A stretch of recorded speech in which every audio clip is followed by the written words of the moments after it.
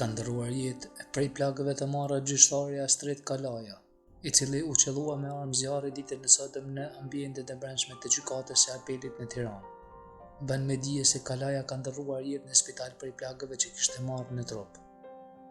Ndërkohë policia ka vënë në pranë nga autorin e ngjarjes, John Shkëmbi, i cili dyshohet se ishte në konflikt me Kalan për çështje pronarësie.